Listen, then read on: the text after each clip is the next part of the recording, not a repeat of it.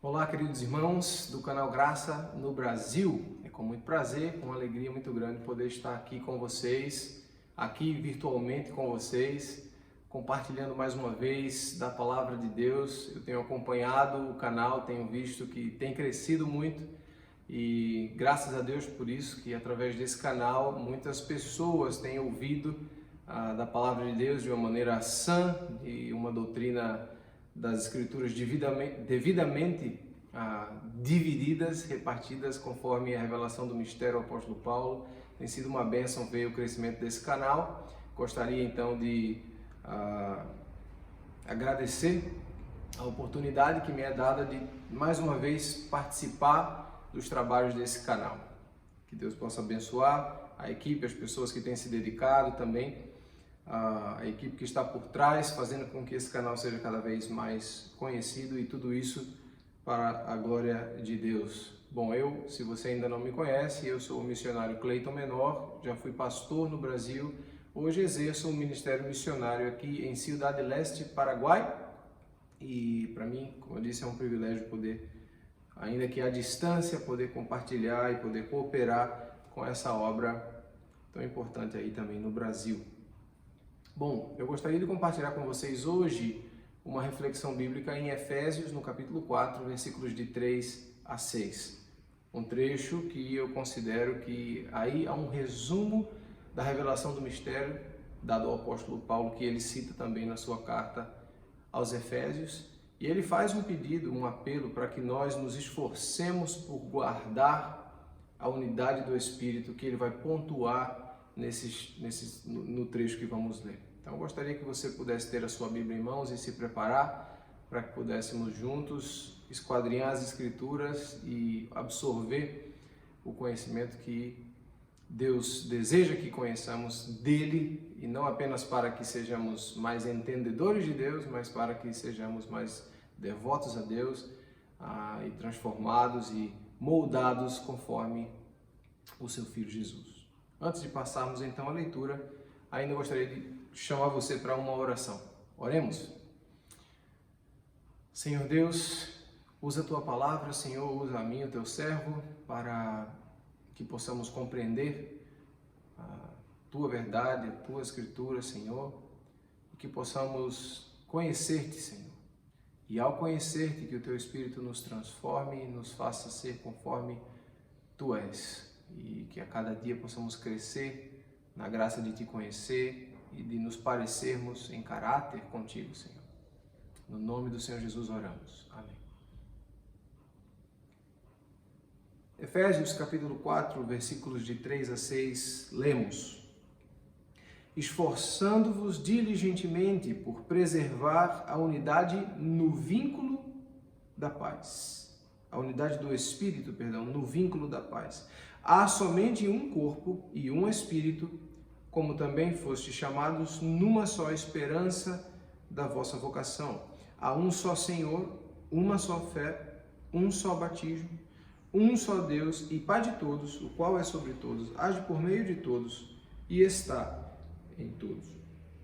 Quando pensamos na Reforma Protestante, dificilmente vamos lembrar das 95 teses que Lutero apregoou na porta da igreja em 1517. Mas, com certeza, se você já estudou um pouquinho sobre a história da Reforma, você vai lembrar provavelmente dos 5 solas que resumem a Reforma Protestante. Um movimento que não foi somente por parte de Lutero, houveram outros também, mas que resultou num resumo do que a igreja na época daquilo que eles perceberam que a igreja da época havia se distanciado das doutrinas que encontramos nas Escrituras. Então eles resumiram aquele movimento em 5 solas. Você lembra dos 5 solas? Sola fide, solus Christus, sola Scriptura, sola gratia, solo Deo gloria. Ou seja, somente a fé, somente Jesus, somente as Escrituras, somente a graça e glória somente a Deus. Veja que a importância muitas vezes de fazer um resumo ajuda as pessoas a mentalizar ou até mesmo assimilar com mais facilidade temas um pouco mais complexos do que eles. Ou seja, cada um desses pontos da reforma hoje eles marcam o que é o protestantismo.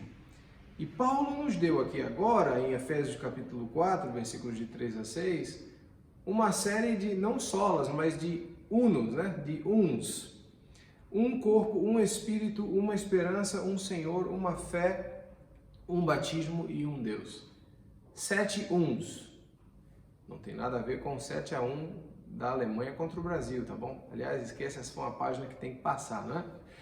Mas esses 7 uns são os 7 pontos que resumem aquilo que é a mensagem do mistério revelado ao apóstolo Paulo, da qual ele vem tratando na carta um pouco antes já. E é desejo do apóstolo, é desejo de Cristo, e o apóstolo expressa esse desejo no versículo 3, que nós, como a Igreja de Deus, nos esforcemos diligentemente para preservar. Essa é a unidade do Espírito. Veja que esses 7 temas estão conectados e eles representam a unidade do Espírito que a igreja precisa manter. Ele é um resumo do mistério. Eu me dei o trabalho de tirar um pouquinho da ordem, que eu me dei na realidade não só o trabalho, mas a ousadia de fazer assim, para que possamos compreender talvez de uma maneira mais ordenada. De acordo com o que lemos aqui no texto, nós temos primeiro o corpo, depois o Espírito, e depois a esperança, depois o Senhor, depois a fé, o batismo e por fim Deus Pai. Eu me dei o trabalho de separar 2 grupos aqui. O primeiro grupo de elementos desse mistério, dessa doutrina, está nas 3 pessoas da Trindade. Perceba que ele trata de Deus, depois do Senhor e depois do Espírito, não é? Nós temos aí representados as 3 pessoas da Trindade de Deus. Nós temos o Espírito Santo sendo citado no versículo 4, o Senhor no versículo 5 e Deus Pai no versículo 6. E depois os outros 4 elementos para completar os 7, nós temos uma só fé, uma só esperança, um só batismo e um só corpo. E nessa mensagem nós não vamos ter tempo para aprofundizar muito em cada um dos 7 elementos, mas eu gostaria de trazer um panorama com vocês sobre a importância de cada um desses elementos. Então, se Deus permitir, você vai acompanhar até o final para vermos a importância desses 7 pontos naquilo que é a mensagem que foi entregue para o apóstolo Paulo e que nós precisamos manter. O primeiro delas, colocando na ordem que eu criei aqui, que eu me dei a ousadia de fazer, eu gostaria de citar, começar por lá por trás, né, o versículo 6. Há um só Deus e Pai de todos. Vamos começar por aí.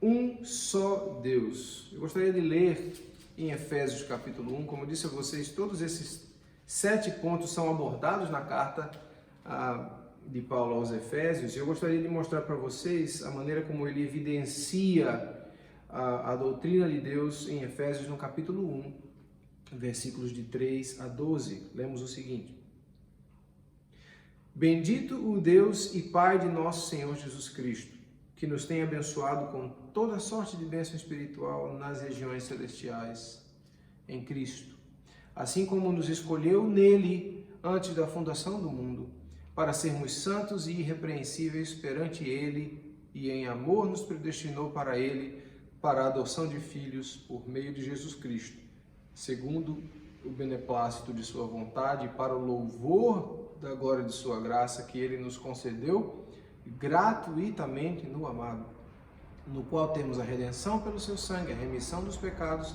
segundo a riqueza da sua graça, que Deus derramou abundantemente sobre nós em toda sabedoria e prudência, desvendando-nos o mistério da sua vontade, segundo o seu beneplácito, que propusera em Cristo, de fazer convergir nele, na dispensação da plenitude dos tempos, todas as coisas, tanto as do céu como as da terra. Nele, digo, no qual fomos também feito herança, predestinados segundo o propósito daquele que faz todas as coisas conforme o conselho da sua vontade, a fim de sermos, para louvor da sua glória, nós, os que de antemão esperamos em Cristo. Perceba que nesse trecho que lemos, já no início da carta aos Efésios, o sujeito principal de toda essa expressão, de todo esse trecho que lemos aqui, é a pessoa de Deus Pai. Ele vai citar aqui, ele escolheu-nos antes da fundação do mundo. Deus, em sua infinita sabedoria, antes de criar o mundo, já bolou todo o plano redentor, já sabia de antemão a igreja, já conhecia os seus eleitos, já havia eleito a Cristo para ser o redentor da sua igreja, do seu corpo. Tudo isso estava no coração de Deus antes da fundação do mundo. Ele já havia pensado como seria o plano redentor, como haveriam os salvos de se salvar, como haveriam de alcançar a redenção, como através do seu Filho iriam ser esses pecadores que somos aceitos novamente, reconciliados diante dele. Tudo isso ele fez, e o versículo 6 ele fez para o louvor da glória da sua graça, que ele nos concedeu gratuitamente no amado que é Jesus. E novamente no versículo 12 diz que o propósito de tudo isso é que sejamos para o louvor da sua glória, o louvor da sua graça, o louvor da sua glória. Fomos feitos de acordo com o propósito dele, e ele faz todas as coisas conforme o conselho da sua vontade. Então, a primeira coisa que temos que manter em mente quando pensamos o que é a igreja, quais são as doutrinas que a igreja não pode deixar de seguir, ou seja, no que precisamos concordar sempre. A primeira coisa que temos que lembrar, temos que ser para a glória de Deus, temos que considerar que Deus Pai Todo-Poderoso é o Criador de todas as coisas, é o autor da nossa salvação, é o autor da nossa redenção, Ele é o autor da eleição de Cristo, da eleição da igreja, dos salvos. Ele, para sempre, seja toda a glória. Deus Pai. Esse é o primeiro dos 7 pontos que eu gostaria de destacar. Embora não apareça nessa ordem, mas é o primeiro que eu gostaria de destacar. O segundo que eu gostaria de destacar é a pessoa do Senhor Jesus Cristo, que vamos ver no versículo 5. Há um só Senhor, né? Cristo, o nosso Senhor, o nosso Redentor, por meio de quem obtemos a reconciliação com Deus e também todas as bênçãos celestiais.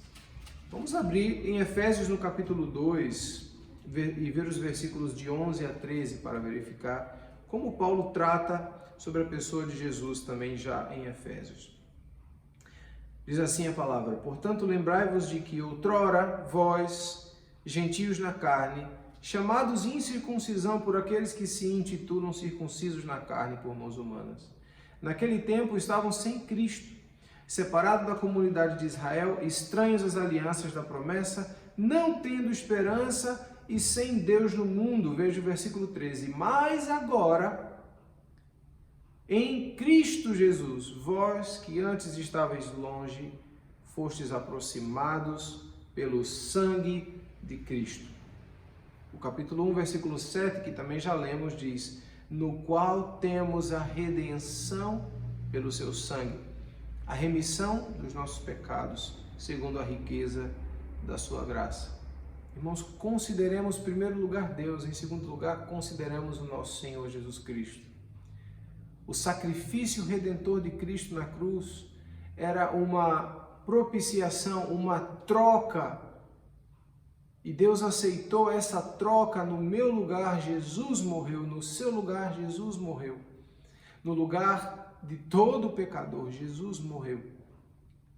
Assumindo nossas falhas, assumindo o peso do nosso pecado, assumindo a culpa e a condenação dos nossos pecados, o justo de Deus morreu para nos dar vida. Então todo aquele que nele crê pode ter vida eterna. E toda a bênção de Cristo, toda a herança de Cristo, por ser Ele Deus, nos é creditada. A justiça de Cristo nos é creditada. Irmãos, que maravilhosa mensagem nós temos. Que maravilhoso Senhor e Salvador nós temos. E não podemos nos afastar desta realidade, dessa verdade doutrinária das Sagradas Escrituras. Deus, soberano em todas as coisas e de acordo com a sua vontade, criou e bolou todo o plano da redenção. Cristo, obediente ao Pai, realizou toda essa obra para que nós pudéssemos crer nele e termos vida. Terceiro ponto, terceira pessoa que eu gostaria de destacar, então, é a terceira pessoa também da Trindade. Em Efésios capítulo 4, nós vamos ver há um só Espírito no versículo 4. Um só Espírito. O ministério do Espírito Santo, ele é o nosso selo. Vejamos em Efésios capítulo 1, Paulo faz menção do papel do Espírito na vida do crente. Veja os versículos 13 e 14. Em quem também vós, depois que ouvistes a palavra da verdade, o evangelho da vossa salvação, e tendo nele também crido, fostes selados com o Espírito Santo da promessa, o qual é o penhor da nossa herança até ao resgate da sua propriedade em louvor da sua glória. O Espírito Santo é o penhor, ele é o selo de garantia. Nós gostamos disso, né? Quando vamos comprar um produto, a primeira coisa que nós perguntamos é: e tem garantia? Qual é a garantia desse produto? Quanto tempo eu posso ter garantia de alguma coisa? Veja que a palavra de Deus nos dá o penhor, a ideia é exatamente a mesma, né? O Espírito Santo garante que somos redimidos em Cristo e esse selo de garantia é perpétuo. O Espírito Santo não nos vai deixar, né? Você não vai, de alguma maneira, perder a sua garantia das riquezas, das bênçãos que temos em Jesus Cristo. O Espírito Santo é o penhor, ele é a garantia de que somos herdeiros de Deus. A nossa herança está garantida. O resgate da propriedade, agora somos propriedade de Deus, é garantido pelo Espírito Santo. Nós não podemos nos apartar dessas verdades. Quarto ponto, e agora entramos nos demais 4 pontos que não são as 3 pessoas da Trindade: fé, esperança, batismo e corpo. Uma só fé, uma só esperança, um só batismo e um só corpo. Então vejamos, comecemos, irmãos, pela fé.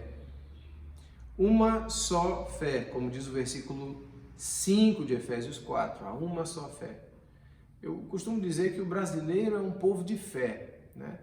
Nós temos até uma música onde, né, pagã, uma música do mundo, que diz que o brasileiro é assim, né? É a arte, ele conhece a arte de viver a fé, mas não sabe fé em que, só não se sabe fé em quê? Não é assim que o brasileiro, né, tem fé. Muitas pessoas são desse jeito, né? Elas são pessoas de fé. Tem fé que tudo vai terminar bem, mas é uma fé abstrata, né? É uma fé que não tem um objeto, ela não tem um depositário, ela é uma fé que está nas nuvens, ela é uma fé que diz tudo vai melhorar, né? Então, a maioria do povo é dessa maneira, mas será que é dessa forma que temos que ter fé? Que fé é essa? Há uma só fé, e é essa fé que precisamos manter enquanto igreja do Senhor Jesus. Qual é a fé? Bom, Efésios capítulo 2, versículos 8 e 9 nos falam dessa fé. Diz: porque pela graça sois salvos mediante a fé, e isso não vem de vós, é dom de Deus, e não vem de obras, para que ninguém se glorie. A fé que ele está colocando para nós aqui é a fé que é para a salvação. A fé de que a obra de Jesus Cristo é o que nos pode salvar. A fé está em contraposição aqui nesse trecho às obras, no sentido de que uma pessoa que pensa ou imagina na sua mente ou crê no seu coração de que ela pode redimir-se ou alcançar o perdão de Deus através de coisas que ela possa realizar, fazer, obras que ela possa realizar ou fazer, como se diante de Deus nós temos que apresentar nossas boas obras e as nossas más obras e que a nossa sacola de boas obras seja maior. para que Ele nos perdoe, é uma pessoa que totalmente desconhece o meio pelo qual Deus quer salvar os pecadores, né? E Paulo fala muito disso em suas cartas, ele fala muito disso especificamente na carta aos Gálatas também, mas aqui também está muito claro que é necessário compreender que apenas a fé na obra de Jesus Cristo é o que nos pode salvar. Jamais as nossas obras, ainda que boas obras, terão peso na salvação, porque nós somos completamente incapazes por nós mesmos de nos redimir através de boas obras. É sempre interessante o exemplo que se dá para mostrar essa realidade, né? Quantas vezes nós pensamos que boas obras podem compensar as más? A humanidade tem essa tendência, inclusive uma tendência meritocrata de achar que as coisas têm que ser ganhadas com esforço, né? E quase tudo na vida, se não tudo, é assim, menos a salvação, irmãos, porque a salvação se alcança pelo esforço de outro, que é o esforço do Senhor Jesus. E apenas a fé no esforço dele, na obra dele, é o meio pelo qual podemos alcançar ou receber essa graça de Deus. Mas é interessante porque se uma pessoa fizer 10.000 coisas boas e um crime apenas cometer, ela não vai ser julgada por esse crime que cometeu? Ou será que ela pode usar de argumento as 10.000 coisas boas que ela já fez? Veja que não importa quantas coisas boas alguém possa fazer. Se ela cair em uma falha de acordo com a lei dos homens, ela vai ser punida de acordo com o rigor da lei, não é verdade? Mas com Deus, algumas vezes temos a ideia de que as coisas boas que fazemos, de alguma maneira, apagam as coisas más, né? Mas não é verdade. A Bíblia continua afirmando que o salário do pecado é a morte, né? A Bíblia continua afirmando que todos pecaram, destituídos estão da glória de Deus. E a Bíblia continua afirmando que não há nenhum justo, nenhum sequer, apenas Jesus Cristo, e Ele se deu por nós, para que nós, através dele, pudéssemos ser feitos justiça de Deus. Podemos alcançar o perdão dos nossos pecados se crermos em Jesus. É dessa fé que o apóstolo está falando. Nós não podemos nos afastar dessa doutrina. Ela é um dos 7 pontos centrais do mistério revelado para nós da graça de Deus. Próximo ponto fala de esperança. Eu gostaria de tocar na uma só esperança que ele cita no versículo 4. Fomos chamados numa só esperança da nossa vocação. A esperança nos fala da nossa posição. O que significa esperança? Esperamos alguma coisa, não é verdade? Temos adiante de nós uma promessa a se cumprir e esperamos o cumprimento dessa promessa. Vejamos os versículos do capítulo 1, versículo 3 e o capítulo 2, versículo 6. O capítulo 1, versículo 3 diz: Bendito o Deus e Pai de nosso Senhor Jesus Cristo, que nos tem abençoado com toda sorte de bênção espiritual nas regiões celestiais em Cristo. Ou seja, de alguma maneira, nós já estamos completamente abençoados e gozando de todas as bênçãos celestiais em Cristo. Versículo 4 diz: Ele nos escolheu nele antes da fundação do mundo para sermos santos e irrepreensíveis perante Ele, santos e irrepreensíveis, completamente sem manchas, completamente limpos do pecado. Estamos nessa situação já? Estamos nesse estado já ou não? Veja o capítulo 2, versículo 6. Juntamente com Ele nos ressuscitou e nos fez assentar nos lugares celestiais em Cristo. Nós já estamos sentados nos lugares celestiais em Cristo. Veja que aqui há uma doutrina muito importante que temos que entender. A doutrina de que existe uma posição daqueles que estão em Cristo e existe um estado, né? Posição e estado. Em Cristo nós já estamos sentados nas regiões celestiais. Em Cristo nós somos abençoados. Em Cristo nós somos justificados, sem pecado, puros, vestindo as vestes brancas do Senhor. Em Cristo, né? Essa é a nossa posição. Abençoados com toda sorte de bênçãos espirituais. Já estamos sentados lá com o Senhor. Nossa cadeira está garantida. Mas a nossa posição... Desculpem, o nosso estado atual ainda não é esse, não é? Na realidade, vemos todas essas coisas como promessas de que a nossa redenção ainda se completará. Ou seja, ainda temos coisas que vamos viver, que vamos ver o Senhor cumprir em nossas vidas, que fazem parte desse pacote que já temos garantido em Cristo, mas ainda vão suceder, ainda vão passar, ainda vão acontecer nas nossas vidas. Esperamos com paciência essas coisas. E qual é o nosso estado agora? Bom, o nosso estado agora é um estado um pouco incômodo. Vocês me acompanhem, por favor, até Romanos, no capítulo 8, para verificarmos o nosso estado, né? Versículos 22 a 25, nós lemos o seguinte: porque sabemos que toda a criação a um só tempo geme e suporta angústias até agora. E não somente ela, mas também nós que temos as primícias do Espírito, e igualmente gememos em nosso íntimo, aguardando a adoção de filhos, a redenção do nosso corpo, porque na esperança fomos salvos. Ora, esperança que se vê não é esperança, pois o que alguém vê, como espera?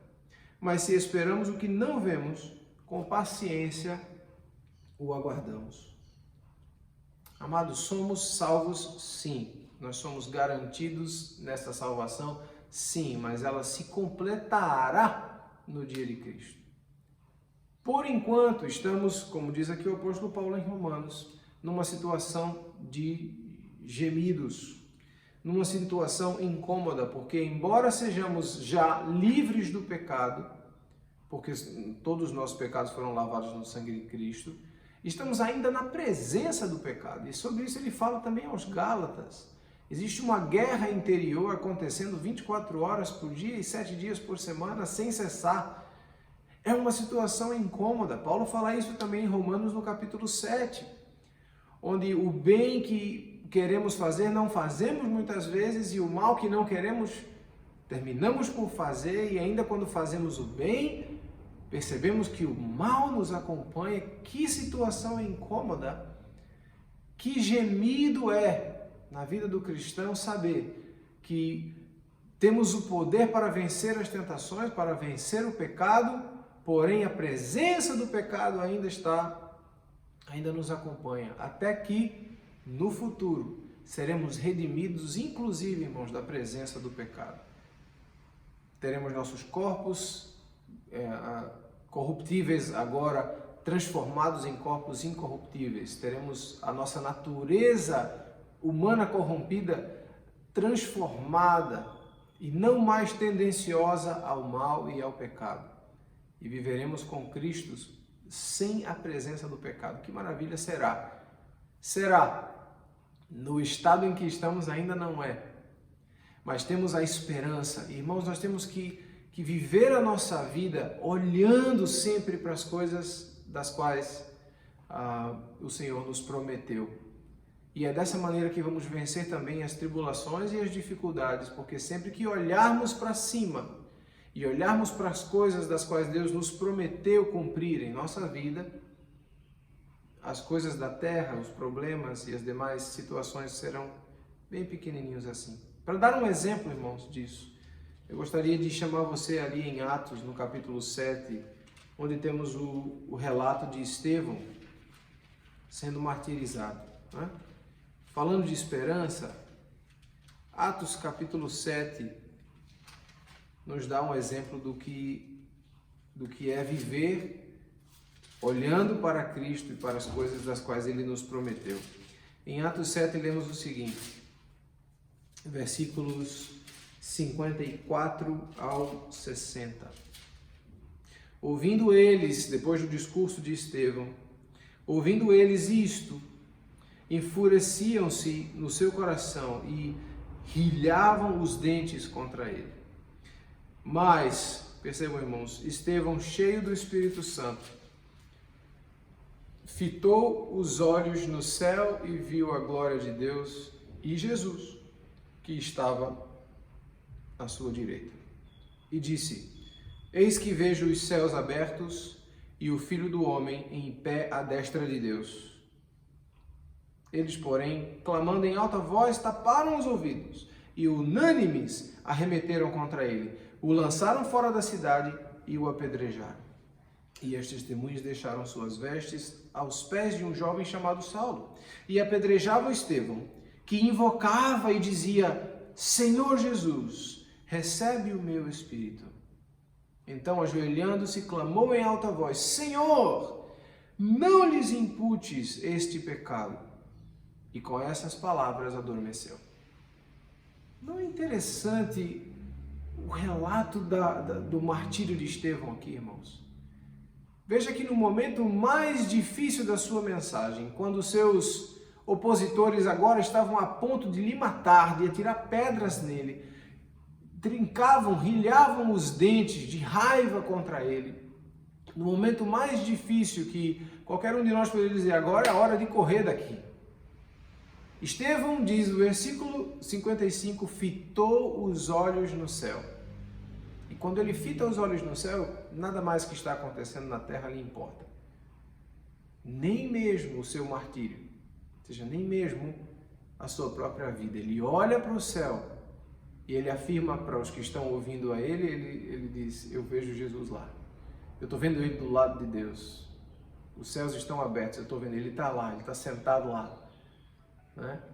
E depois disso, o que temos é a atitude de Estevão sendo semelhante à atitude de Cristo em relação àqueles que o martirizavam. Ele disse a Deus: Deus, recebe o meu espírito, como Cristo disse também na cruz. E ele disse aos seus opositores: Senhor, não lhes imputes esse pecado. Ele teve compaixão e amor por aqueles que o assassinaram, exatamente como o Mestre Jesus, não é? Interessante isso, não? Mas o que estava diante dos olhos de Estevão?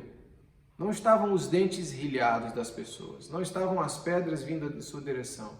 Diante dos olhos de Estevão estava Jesus. Ele olhava para a bendita esperança. Ele olhava para o seu Senhor. E igual, irmãos, é com nossa vida também. Nós temos a esperança e devemos caminhar olhando sempre para essa esperança.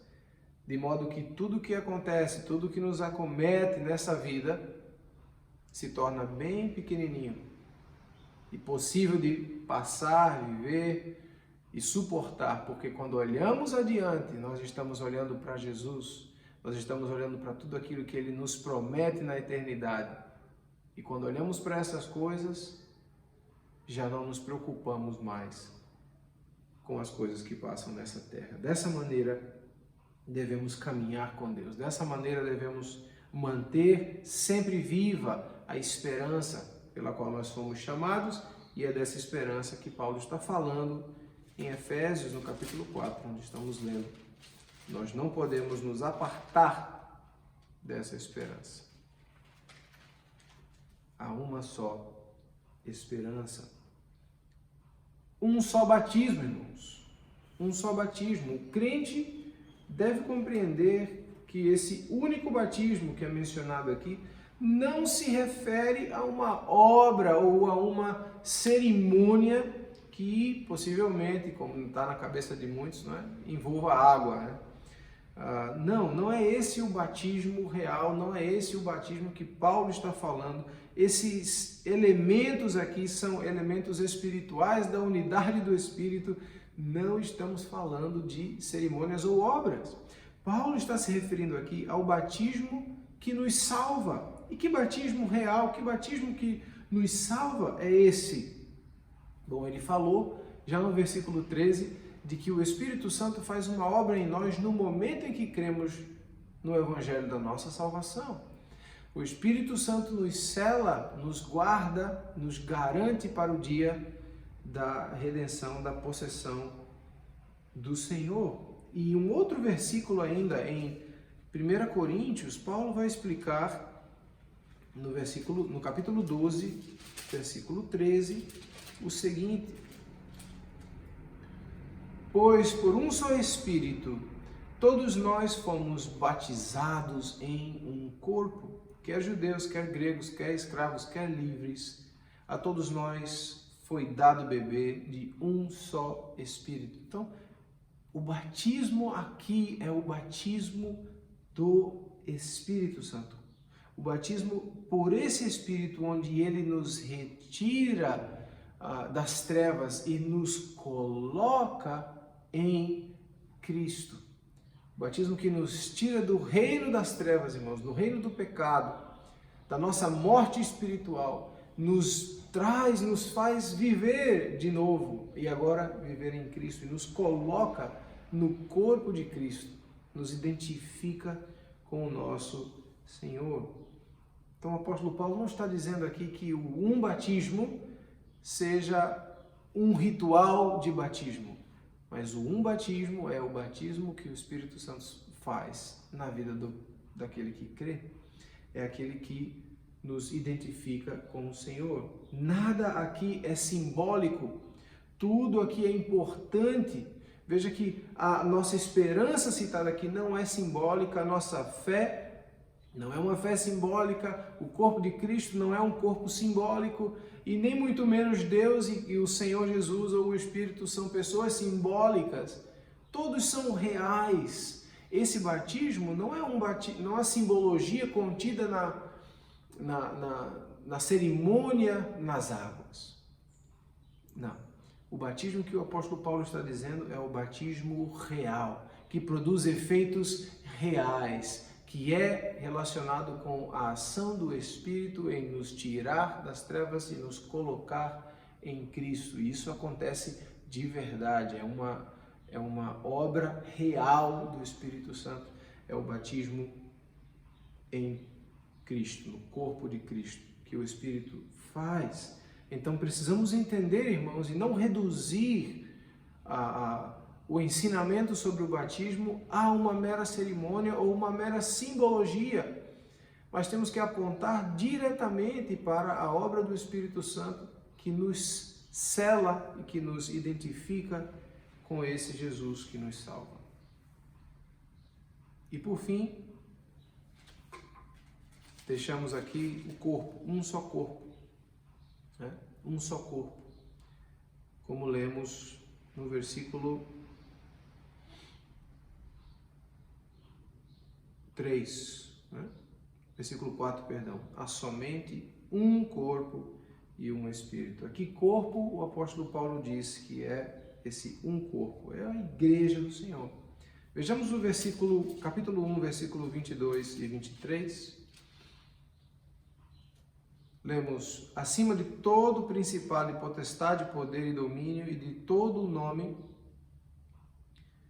que se possa referir não só no presente século, mas também no vindouro, e pôs todas as coisas debaixo dos pés, e para ser o cabeça sobre todas as coisas, o deu à igreja, a qual é o seu corpo, a plenitude daquele que a tudo enche em todas as coisas. Faltou ler o versículo 20, que diz: o qual exerceu ele em Cristo, ressuscitando dentre os mortos e fazendo-o sentar à sua direita nos lugares celestiais, né? Aí depois nós lemos: acima de todo principado e potestade, ou seja, Deus colocou todas as coisas debaixo de Cristo, tudo foi sujeito ao Filho, assim como o Filho glorifica o Pai glorifica o Filho numa relação triuna linda que somente a Trindade possui, não é? Deus coloca todas as coisas debaixo dos pés de Cristo para que ele seja o cabeça da igreja, que é o seu corpo. Então, o que é o corpo de Cristo? São o conjunto daqueles que se salvam por meio da fé na obra redentora de Cristo. Pela graça de Deus, irmãos, podemos crer em Cristo e receber o perdão dos pecados, receber a remissão, a justificação, e somos postos no seu corpo. Então, quando pensamos quantas igrejas existem, né? Se pensarmos que igrejas são denominações, aí teremos aí milhões de igrejas, provavelmente, né? Eu chuto aqui, mas deve estar por aí já, porque tem muitas placas e denominações diferentes. Mas não é disso que se trata as Escrituras aqui. Nós não temos muitas igrejas quando olhamos para a Bíblia, nós temos um corpo formado por aqueles que são salvos em Cristo Jesus. E não importa homem, se é mulher, não importa se é livre, se é servo, não importa a posição social, não importa a raça, não importa a cor. Quem são esses? Esses são aqueles que são batizados com o Espírito. Esses são aqueles que puseram sua fé em Jesus Cristo e que foram vivificados no Espírito, que foram enxertados nesse corpo através do Espírito, através do batismo. Esses são os salvos de Cristo. Vamos ver o capítulo 2, versículos de 16 a 19 também, de Efésios, onde diz: e reconciliar-se ambos em um só corpo com Deus por intermédio da cruz, destruindo por ela a inimizade, e vindo, evangelizou paz a vós outros, que estáveis longe, e paz também aos que estavam perto, porque por ele ambos temos acesso ao Pai em um Espírito. Assim, já não sois estrangeiros e peregrinos, mas concidadãos dos santos, e sois da família de Deus. Que maravilha, não é? Que bênção é poder saber que somos, agora Deus nos olha em Cristo como membros de sua família. Em Efésios capítulo 1 ele diz que ele nos predestinou para a adoção de filhos por meio de Jesus Cristo. Nós somos reconhecidos filhos maduros de Deus por meio de Cristo. Isso é claro pelo mérito de Jesus. Mas essa é a bênção que temos, que recebemos, a graça de Deus que recebemos por meio de Jesus Cristo. Nós somos membros do seu corpo, nós somos parte de sua igreja, nós somos família de Deus. Um só Deus, um só Senhor, um só Espírito, uma só fé, uma só esperança, um só batismo, um só corpo. 7 uns, que resumem muito bem aquilo que cremos como filhos de Deus, a mensagem do apóstolo Paulo, segundo ele recebeu do Senhor Jesus e passa a nós, é o apóstolo dos gentios, e nós podemos hoje conhecer de Deus através da revelação que ele teve e das cartas que ele escreveu. Que esses 7 pontos estejam vivos na sua mente e no seu coração. Que esses 7 pontos sejam objeto do seu estudo para crescimento espiritual. Que esses 7 pontos possam ser fortalecidos de acordo com aquilo que você crê das Escrituras. Que possamos continuar a seguir conhecendo ao Senhor e conhecendo a doutrina conforme Ele revelou para nós na nossa dispensação. Oremos. Te damos graças, Senhor, porque Tu és um Deus maravilhoso. Tu és o Deus, Pai, que antes da criação do mundo já predestinastes como haveríamos de nos salvar mediante a Tua graça. Tu já sabias, Senhor, dos nossos erros, do nosso pecado, e Tu já sabias, Senhor, da nossa incapacidade de crer para a vida eterna, a nossa incapacidade de Te buscar. Mas assim mesmo, Senhor, Tu pensaste lá antes da fundação do mundo, nesse plano maravilhoso redentor que custaria a vida do Teu Filho em nosso lugar. E o Teu Filho em obediência se entrega por nós para nos salvar. Quão maravilhosa bênção nós temos quando cremos no Senhor Jesus pela fé. Que maravilhoso batismo é sair das trevas e agora ser membro do Teu corpo. Que maravilhosa esperança, Senhor, nós temos de saber que seremos livres para sempre do pecado.